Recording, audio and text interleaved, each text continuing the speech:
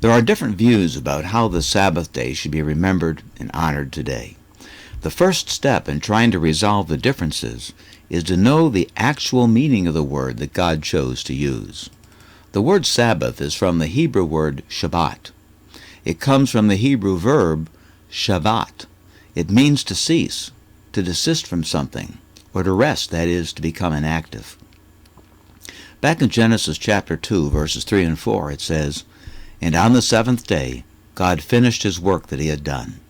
And he rested on the seventh day from all his work that he had done. So God blessed the seventh day and made it holy, because on it God rested from all his work that he had done in creation." The rest God entered into on that day after he completed creation was not a recuperative rest. God didn't need recuperation. It didn't tire him out. It was a time of ceasing from his former work. That was the work of creating things. And then he didn't resume after he got rested up to create new kinds of things on the next day. The word rest here doesn't mean relaxing or getting some needed sleep. It's like the kind of rest in music notation. When we come to a rest symbol in a line of music, we stop making sounds for a certain count. The trumpets stop making sounds, the singer stops singing for a moment. It doesn't mean they need relaxation or to rest up at all. What happens is we just take a break from what we were previously doing. Sabbath keeping wasn't a new instruction for Israel at Mount Sinai. God set it up back in Eden, and it was set up for all humans. And in the fourth commandment, God told Israel to remember what had been their duty from the very beginning. In Exodus chapter 20, we see that fourth commandment in verses 8 through 11. It says, "Remember the Sabbath day to keep it holy. 6 days you shall labor and do all your work, but the seventh day is a Sabbath to the Lord your God. On it you shall not do any work, you, or your son, or your daughter, or your male servant, or your female servant, or your livestock, or the sojourner that is within your gates. For in 6 days the Lord made heaven and earth, the sea, and all that is in them, and rested on the seventh day. Therefore the Lord blessed the Sabbath day and made it holy." The Sabbath day wasn't based on God's finished work of anything but creating. It wasn't set up just to give us a break from all the things that we've been busy doing. And so it was never a day of resting up. It was a day of ceasing from the regular work that we do on the other 6 days of the week. So when applied to the Sabbath day, it means a day of ceasing from our regular work. It doesn't mean we're to do nothing on the Sabbath. We're to worship and do all that's needed for that. And God told even old Israel to do the work they needed to do to preserve life. They could make meals on that day, and they were to do works of mercy when they could.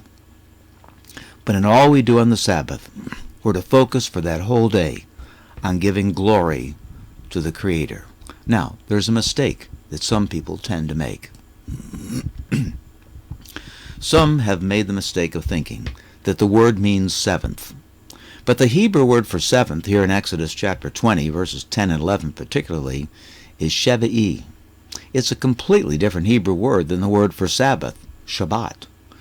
Some believe the Sabbath should be on Saturday. In our era, that's because that's the seventh day of the week on our calendar. But our modern calendar didn't exist when God sanctified the Sabbath. For Israel in the Levitical era, there was a double Sabbath every year.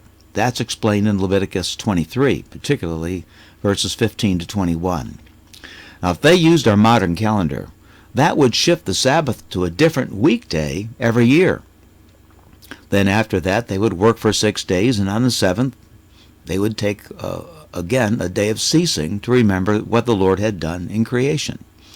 So one year it would have been on Sunday, the next year on Monday, and then on Tuesday, and so on. Take a look at the chart I have here. You can see that if we put the Sabbath on Sunday, the second Sabbath, according to Leviticus 23, would have been on Monday. Then there would be 6 work days, and then on the Monday, the next Sabbath would take place, and so it would be on Mondays that year. When the Roman and Julian calendars became the standard, the Jews abandoned their Levitical calendar, and they fixed the Sabbath to the Roman Saturday. Those added Levitical Sabbaths were done away, all those that were added at Sinai.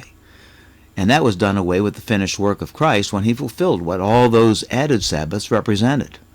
But God never set aside our duty to keep the creation Sabbath. The apostles, after the resurrection, still continued to honor it, as did Jesus during his time here on earth. But after the resurrection, God, through his apostles, fixed the Sabbath day to an actual calendar day.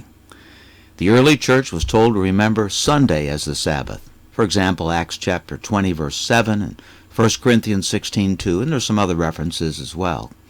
But this was to honor the new creation, remembering the victory of Christ's resurrection, the fulfillment of all the other prophecies and predictions that God had made. The continuing obligation of all humans, in all ages, is first to work 6 days, then cease that work for 1 day, honoring the Creator. And on the day of ceasing, they would remember and honor the Creator, but also our Redeemer and our Lord.